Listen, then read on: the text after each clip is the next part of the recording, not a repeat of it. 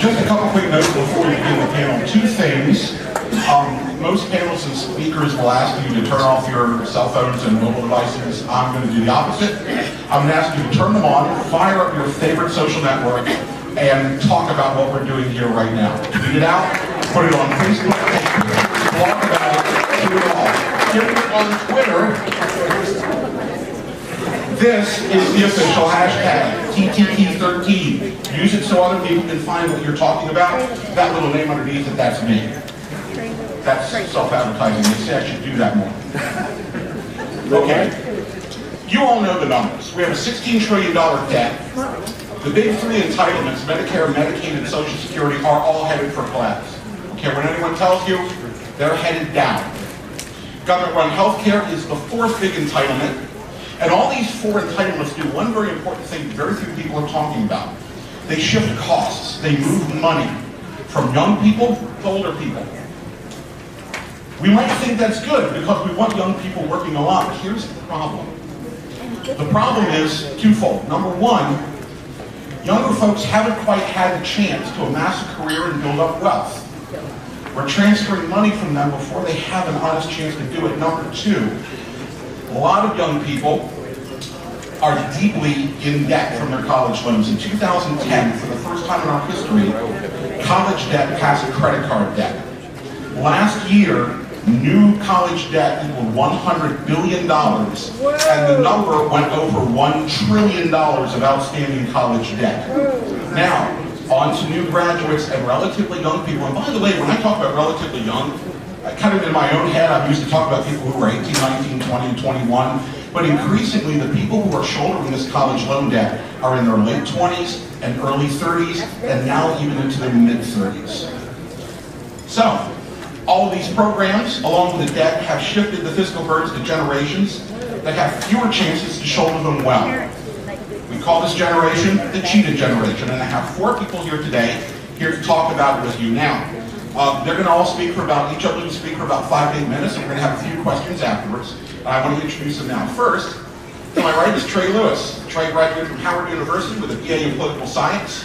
He is very active in Baltimore politics. He's the president of the Baltimore area Young Republicans and serves on the board of Young Republicans National Generation. In 2010, he was the Baltimore City field coordinator for the early gubernatorial campaign. Right now, he works in the financial services industry as a financial representative for a major Fortune 500 company. I'm going to go into bed already.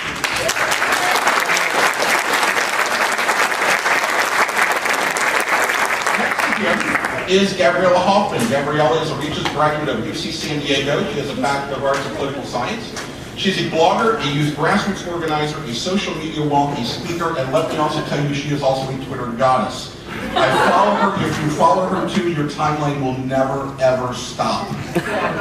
She co-founded two youth-based movements to stand with Israel and American conservatism. She is an organizer for Rebooting America, which recently held a successful national Papa John's Pizza Appreciation Day. She has appeared on several radio and television outlets, and she currently works at a prominent conservative nonprofit organization in Arlington, Virginia, helping students advance conservatism on campus.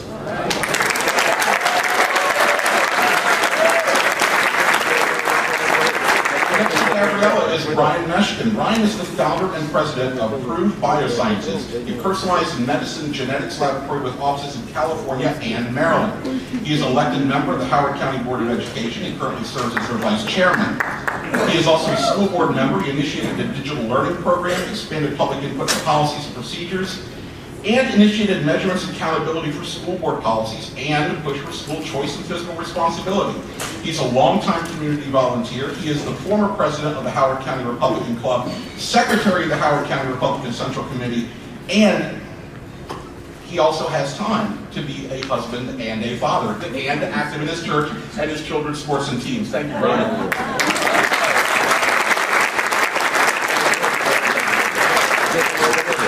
And on the end, we have Brandon Cooper. Brandon is originally from Cincinnati, Ohio. He's been a resident of Prince George's County for the past 7 years. He lives in Laurel right now. So if you're from Laurel, go by and say hi to Brandon. He was the campaign coordinator for the Dan Bongino for U.S. Senate Campaign Committee last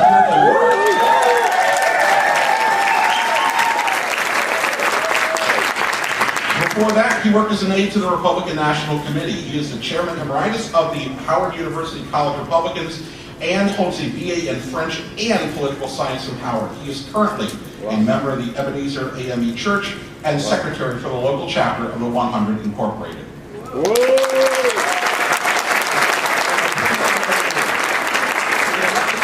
Speak for about 5 to 8 minutes, and we're going to work with Brandon, and we're going to work our way back through Trey. So Brandon, it's all yours.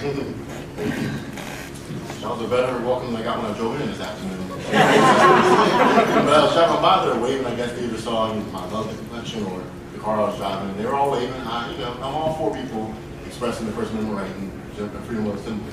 But when I passed them, I guess they saw the Dan Bongino sticker. Their face just turned over.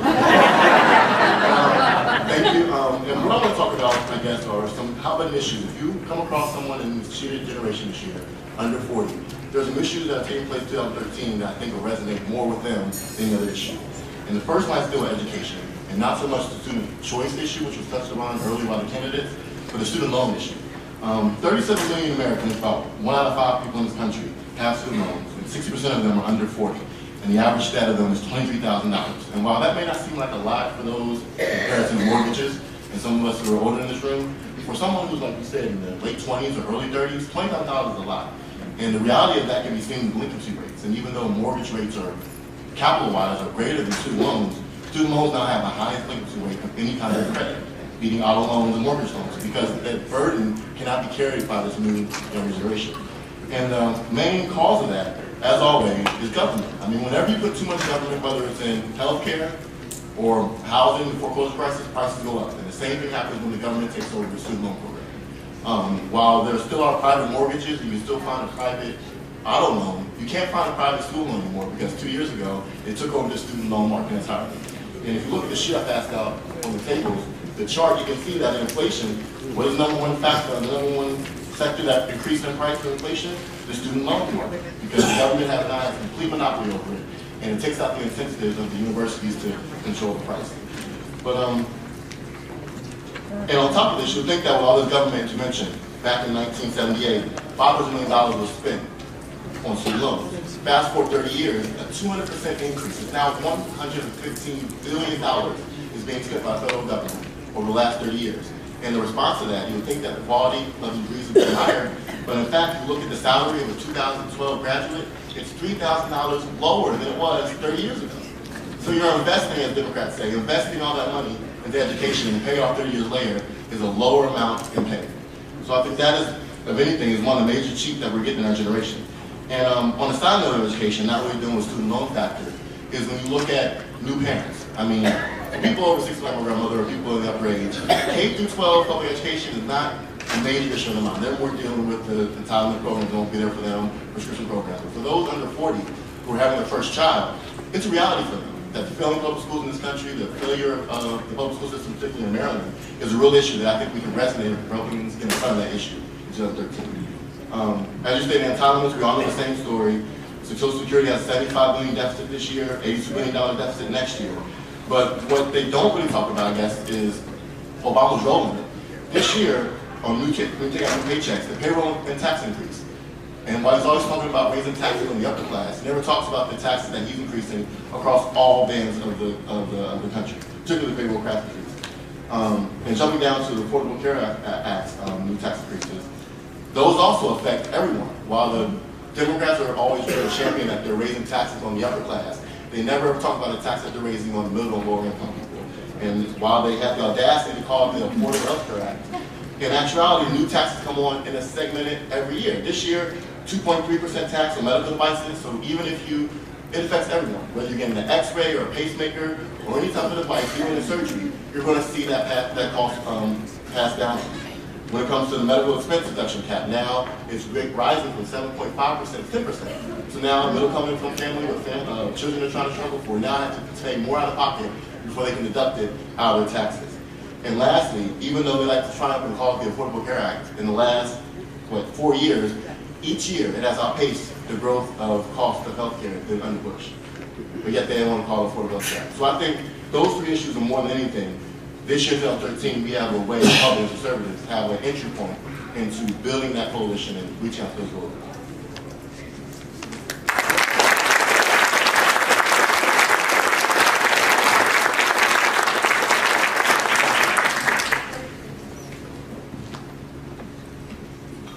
Good afternoon, fellow patriots. It's wonderful to be here for a second year at MD-CAN. My name is Meshkin.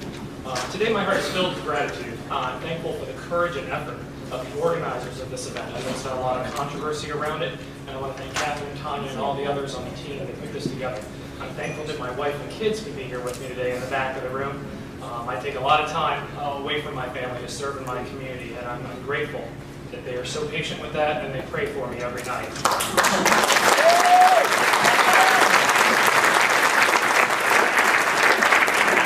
I'm grateful that we're gathered here today to talk about so many important issues, because I know we all care so much about this country. Like many of you, that's why I'm here.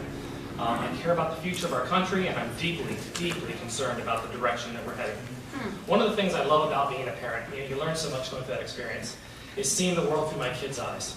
Things that I would normally just not pay attention to because I'm too busy with work or whatever are so much more significant when you hear them talk about it, whether it's the moon in the sky, whether it's a set of sparkly shoes that amaze my daughter. But my 11-year-old son was recently reading the book The Hunger Games, and I'm sure most of us are familiar with the story in the book or the movie about a character named Katniss Everdeen, who's a smart, ambitious young lady whose life prospects are dramatically diminished by historical events that predated her. This story emphasizes how children, our future generation, can be exploited by the excesses of older generations. Sadly, I think we're not too far away from this reality in today's society. Today, the federal government borrows half of what it spends. So we hear politicians talk a lot about the numbers on debts and deficits, and really those numbers are so big that none of us can really understand the magnitude of those numbers. But net at the end of the day, today's adults are borrowing from their children to pay for their own selfish excesses.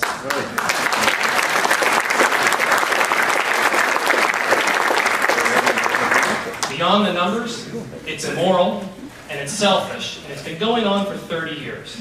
And so the topic that we're discussing as a panel today is basically a preview of what's going to be so much worse for my kids, your grandkids, if we keep going on the same track that we're on today. I mean, think about just a couple examples in the news lately. A selfish government, forget big government, we're beyond big government now, okay? A selfish government goes out and says we're going to have a fair and balanced approach to reducing the debt and deficit, and that fair and balanced approach means $41 in tax increases for every dollar in spending cuts. The selfish government believes that it's the collective common good for one or two bureaucrats in Washington, D.C. to decide what the masses should be allowed to do, instead of allowing the hundreds of millions of people in the free market to decide on what the common good is themselves. Selfish government doesn't believe in equal pay for equal work, because if they did, they wouldn't believe that a government employee should be paid more and have better benefits than their counterparts in the private sector.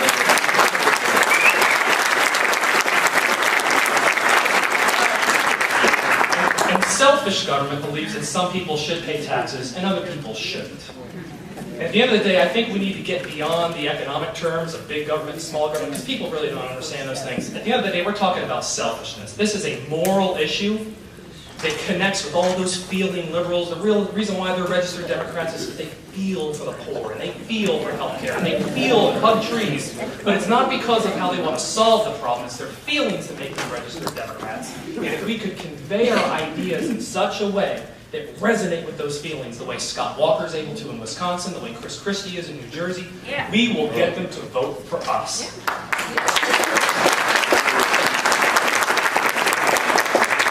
And so I'm here today because I think we can do better. And like many of you, I actually do believe the words in the Pledge of Allegiance.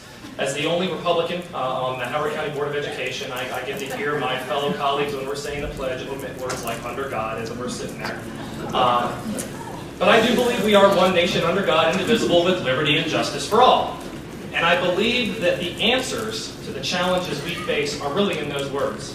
Because liberty is opportunity. And that's what we represent.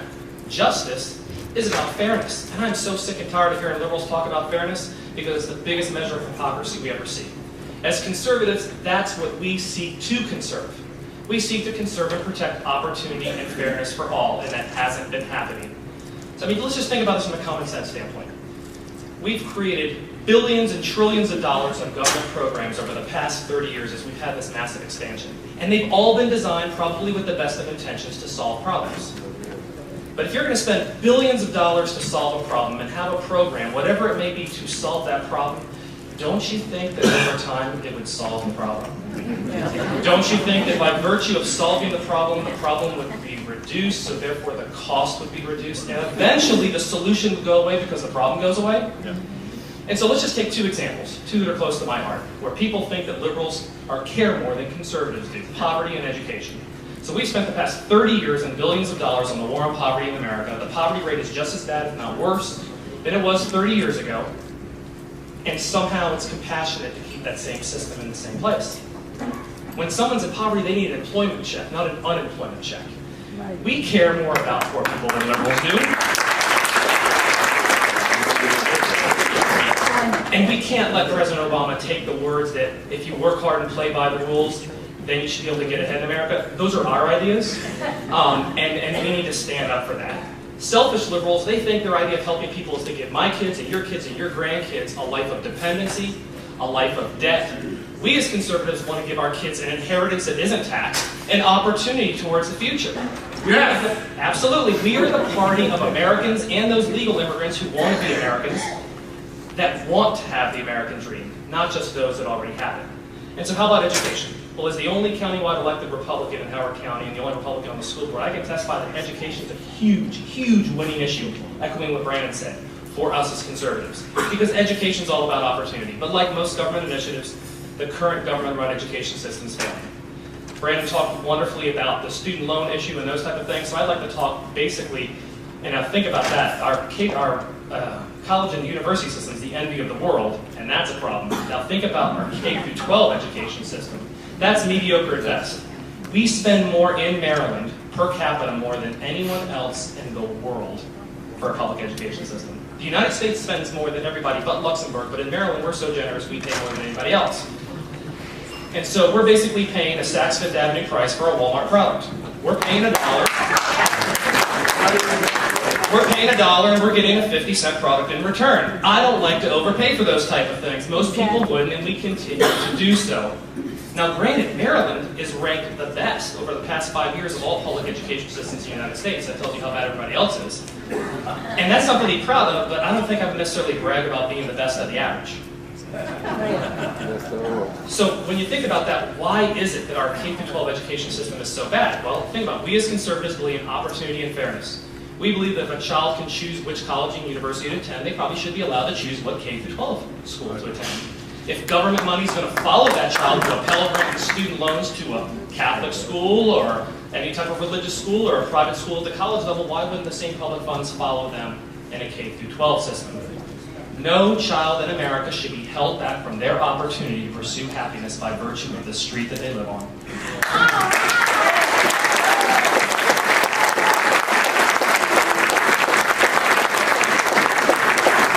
Getting back to that selfish government, it is selfish and immoral for a few government bureaucrats to tell millions of Americans where they can send their kids to school and how their hard-earned taxpayer dollars can be spent. Period. It's our money, it's our kids, it's our future, it's our time to make those decisions. That's what I believe we need to do as conservatives to change the direction of our state and our nation.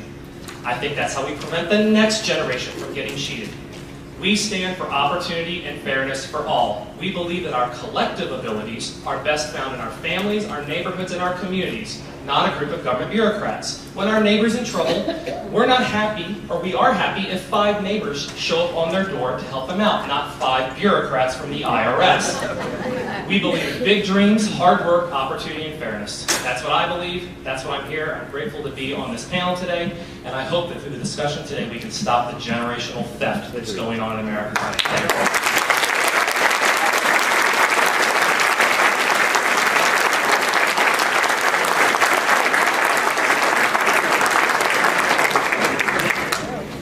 I'm really grateful to be here today amongst all of you. I am a recent college graduate from the University of California at San Diego, and I'm happy to say that I'm now taking residency in Virginia, having escaped from the People's Republic of California. And I am so thankful and so indebted to my father, who's here today, and also my mother, who's in California with my sister, for coming to this country 27 years ago from Soviet-occupied Lithuania. And it's with them and their love of this country that I am a conservative. So I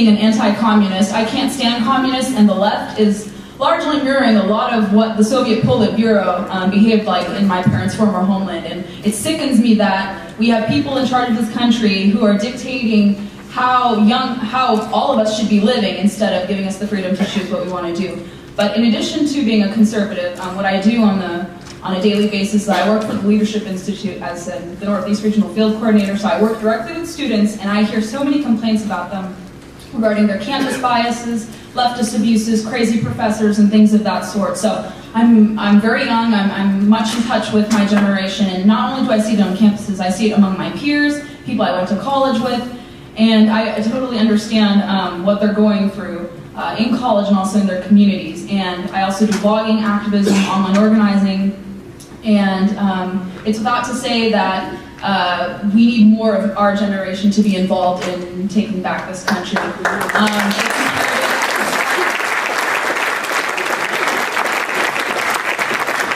Because what I see, like from my own college experience and also from those of the students that I meet, I see majority of the peers in our generation have this entitlement mentality. They give allegiance to paternalistic government.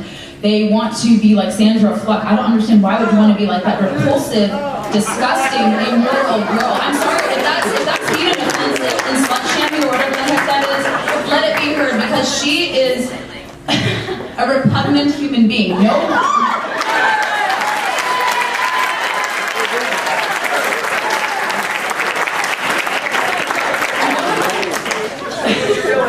No young female like myself should look up to that trash. I'm sorry.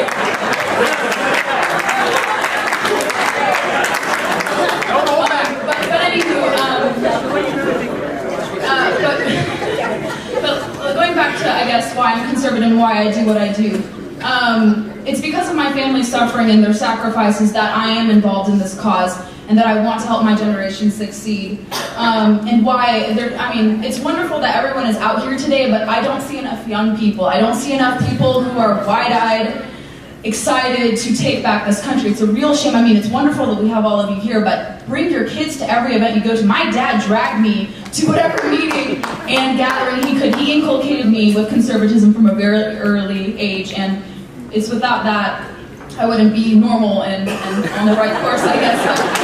You want your kids to be full of mush, like Rush Limbaugh says. And also, Reagan had this really good quote, like about all great change in America begins at the dinner table. We had family conversations. Talk to your kids. If they're in college, talk to them about like what goes on in school. Don't be absent in their lives. Don't ignore what's going on. Listen to them if they have a professor. Be involved in their lives like my parents were and my sister in my life. And the left is really out to get them on college campuses. This is something that our side is unfortunately afraid to touch. You have open Marxists and communists denying Stalin's atrocities on college campuses. You have open pro-abortionists discussing, making the case to abort everything, do this, do that, have this lawlessness about it. And these people are speaking on your tax dime. You have to get involved in your community and your universities and say no to funding all this garbage that our kids are learning.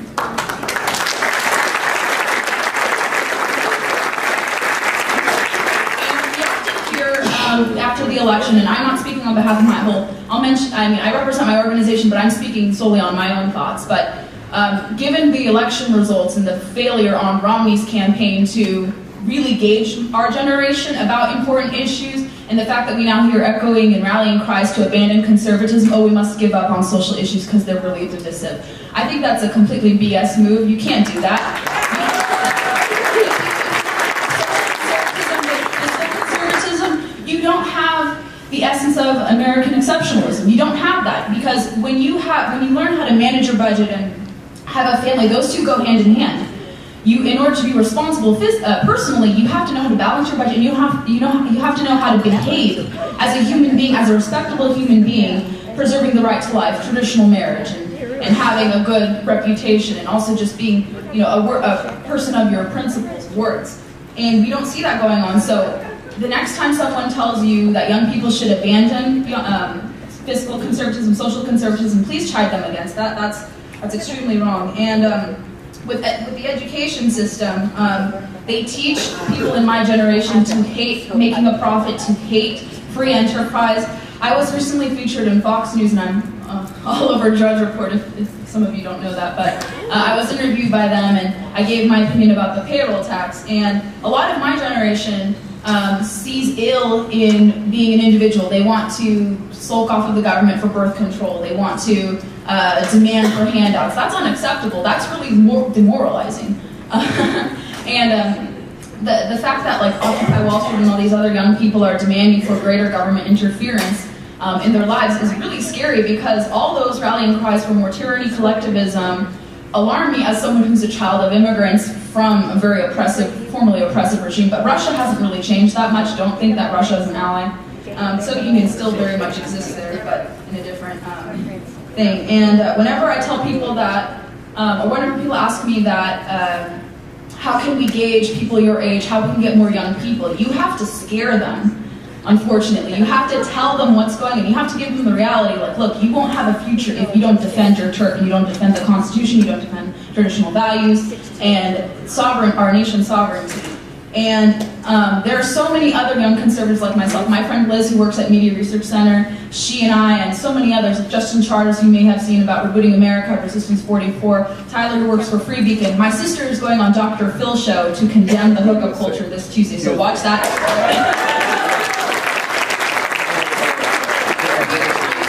And my sister runs this counterculture blog, so look it up. It's a great blog about social conservatism week. Give our take to pop culture.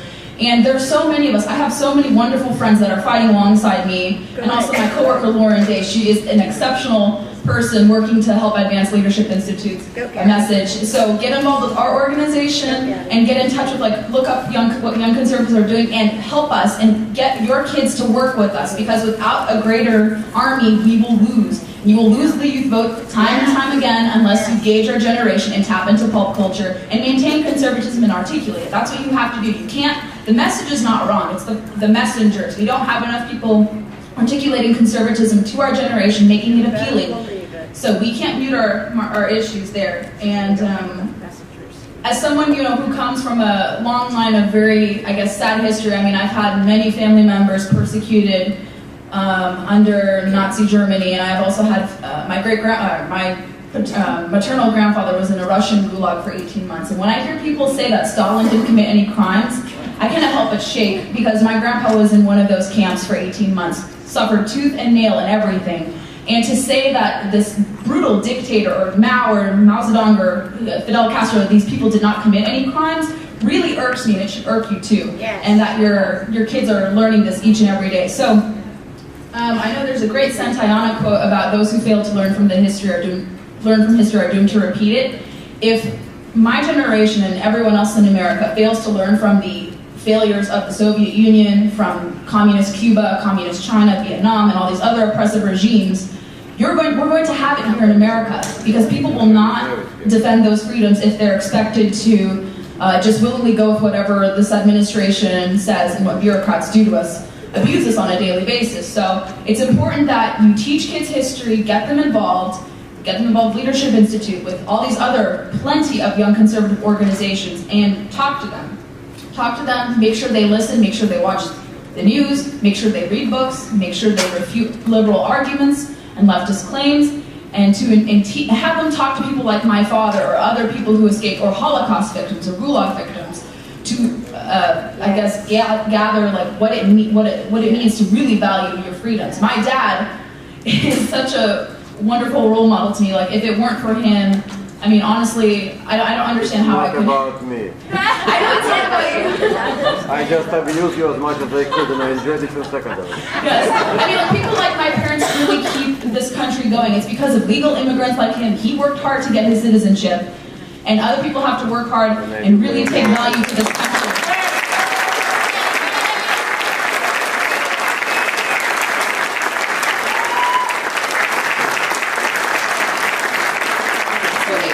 America to become the United Socialist States of America, I urge you to get involved, get in touch with me, get in touch with my coworkers, my friends, other young conservatives, and really do damage to the left, because they're going to need it. Thank you.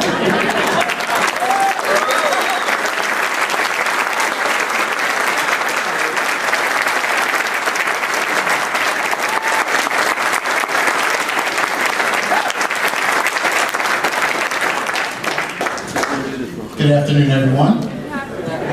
Hope you're enjoying the conference as we narrow down to the conclusion of all the events today. I think that we had a great turnout, and I think that a lot of knowledge was spread around. But of course, this is the preacher speaking to the choir, right? I mean, we all pretty much are in concert and agreement of the things that are going on.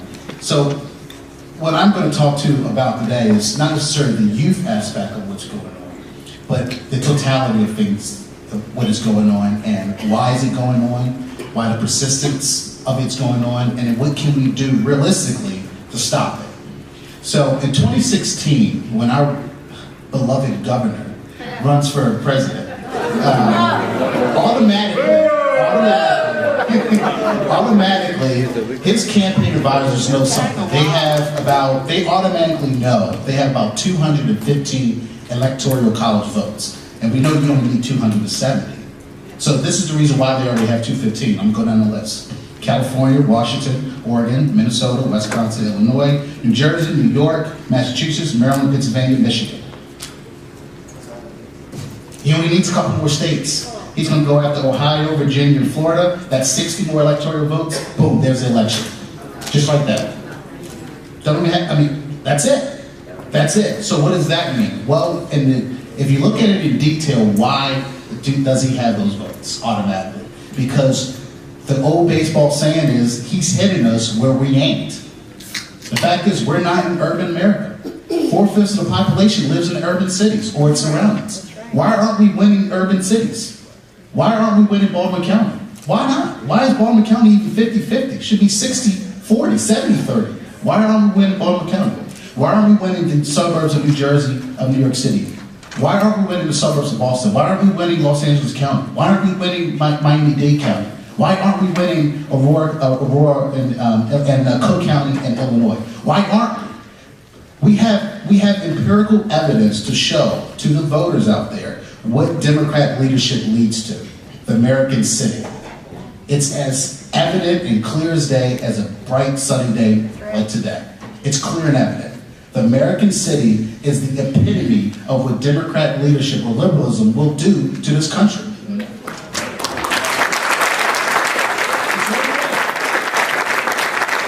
I was in law enforcement for 5 years.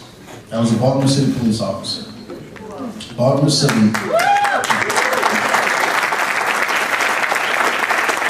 Baltimore City incurs about 300 murders a year. The surrounding county, Baltimore County, gets about under 30. And that's only recent upticks because of displacement of certain undesirables in Baltimore City. The fact of the matter is that it's clear and present. Baltimore City is controlled by the Democrats, has been since the 50s. Baltimore County isn't. Baltimore County still has a very strong Democratic presentation there. However, there still is conservative Democrats there, and we still have Republican leadership on the city council and also, the county council and also on the state legislature. So we have representation, not only in Baltimore County, but across all counties across the country that surround urban cities which are in complete decay. So this is the reason why they're winning, because they have control of the masses. That's the reason why. It's not hard. It's not very difficult to do. They control the masses. And what's profound about it is that if you go back in the history books of the United States, you look at the growth of urban cities, what makes America unique is because in the 19th and 20th century was the rise of its urban centers. The fact of the matter is that manufacturing and the rise of urban centers made the iconic picture that it is around the world. That's Americana, that's American exceptionalism, that our cities grew, and that with our cities' identities, that there was a difference between someone from Chicago and someone from New York and someone from Miami and Atlanta. There was an identity with that, and there were certain things with the identity, whether it been their manufacture, whether it been their culture, whether it been their cuisine. That's what made America so great, is the uniqueness of America, and that different places of the country could share in that entity. But that's dying. And the thing is that what's also unique about that is up until a certain period of time, into the 50s and 60s, most of these places were ruled by Republicans, conservative. Rockefeller Republicans controlled the Northeast. What Republican leadership right now, with the size from Chris Christie, Scott Walker to a degree, is from any urban center, from any northern city, or any northern state? Who? None. The speaker is from Ohio, a rural part of Ohio. Eric Cantor's from the rural part of the suburbs of Richmond. Our pundits are from places of rural areas and suburban areas. We don't have any urban presence. So if we talk about real numbers or real inroads, we have to go to urban presence. So we know that. Okay, so what do we do about that? What is the actual plan of action? First and foremost, as we already talked about, is school choice. I don't see how on earth that we do not harp on this issue. It's simple, it's a no-brainer. What's amazing about the school choice issue, this is the amazing part about the school choice issue, is that we can use what liberals do against us. The thing is that we always know that he who controls the language controls the debate. So how is it that on the post-K-12 education level, we have all this choice, we have all these school grants, we have all these Pell Grants, we have all this means to make sure that we can expand the access to education, right? But on the K-12 level, no suit for you. On the K-12 level, no suit for you. But once you leave and become a high school graduate, then you can do whatever you want. We use that same language against them. Another point to make is the easiest one is where we're talking, and it's becoming more of a political hot button issue is in regards to law and order. Not just gun control, but law and order in totality. The fact of the matter is that the most dangerous areas are the places where there's the most stringent or supposedly stringent gun laws.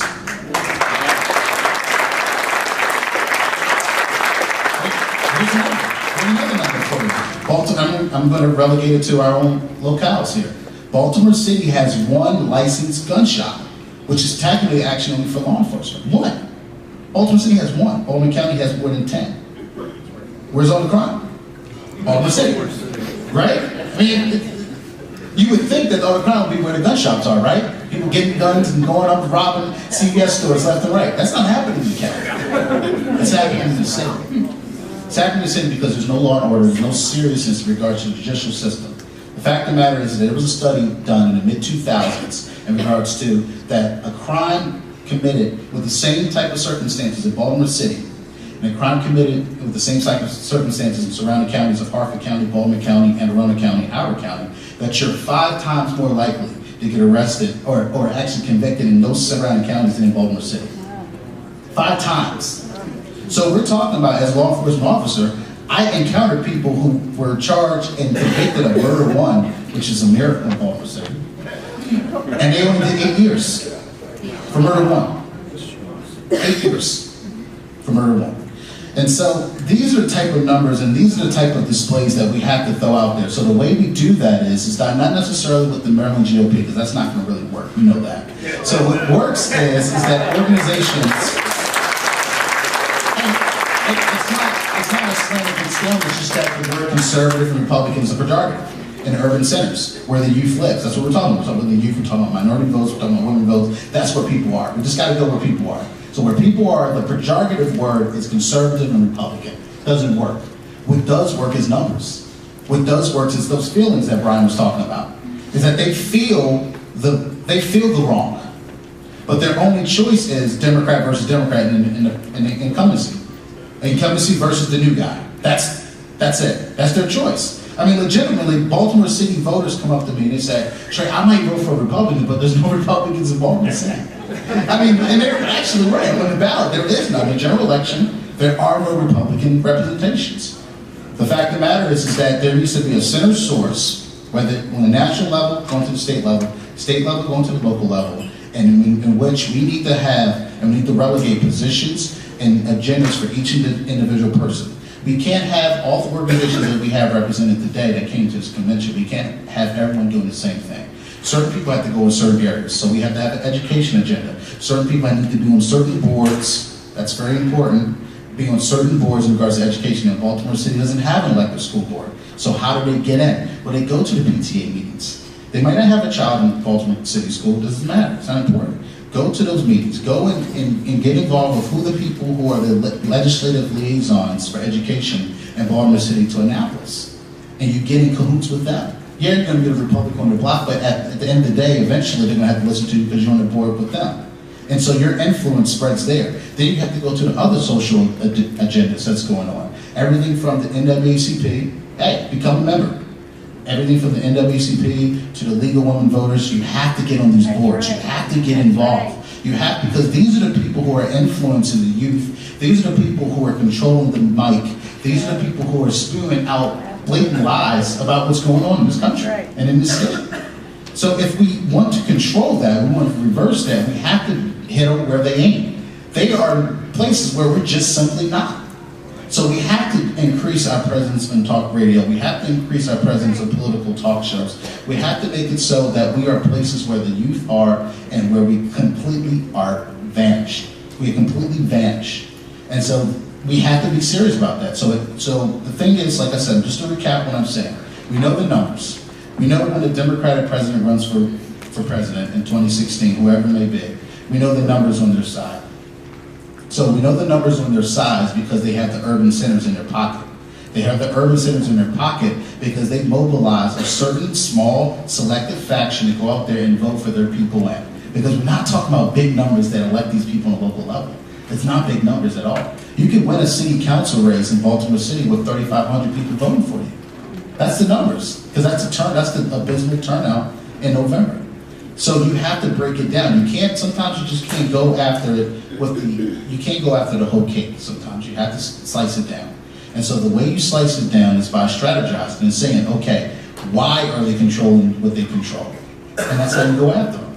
Because we just can't go and say, oh, we're going to have this state-by-state agenda. I was at the RNC a couple weeks ago for a Christmas party. They had all these big maps showing state-by-state, this is what we're going to do in Virginia and Ohio. It's like, what are you talking about, man? You're not going to win. You're not going to win because you're not seeing the forest through the trees. You have to start small and work your way out. That's the way you win elections. They've been doing this for 50 years. They've been doing this for 50 years and they've been winning. And it's not hard. They're not smarter than us. Their message isn't better than us. People liked our message. People win our message. The president, like Dan Bongino said, the president ran on our message.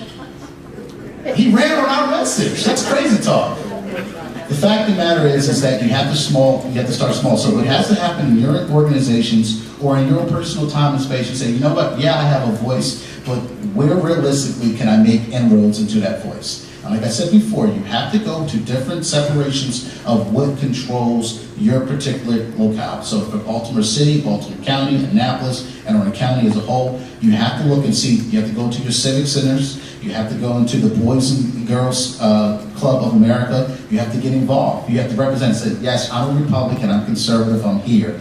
Now what? Go where they ain't. And be there, and be active, and be boisterous. And I'm telling you, over a period of time, it will turn the tide. That's right. That's what it's about, right? Turn the tide. Turn the tide. Turn the tide isn't going toe-to-toe with them, because they'll always win with that. The media they have the media in their pocket. They do. So those protesters out there today, as crazy and as leftist as they sound, because they don't have a real agenda, the fact is that they're going to have the feeling of people because it's going to appear and perceive that they're on their side. In actuality, the meat and potatoes is right here in this room.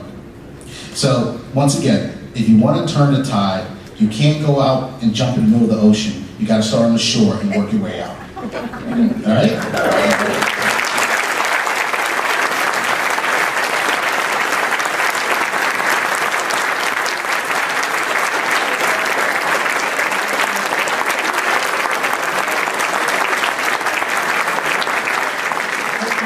We actually, guys, I'm sorry, but we're actually 6 minutes over time. We're not going to have time to organize questions. So we're going to have to take a break and run to the next panel. But everybody will make themselves. You guys will be available for a little while afterwards.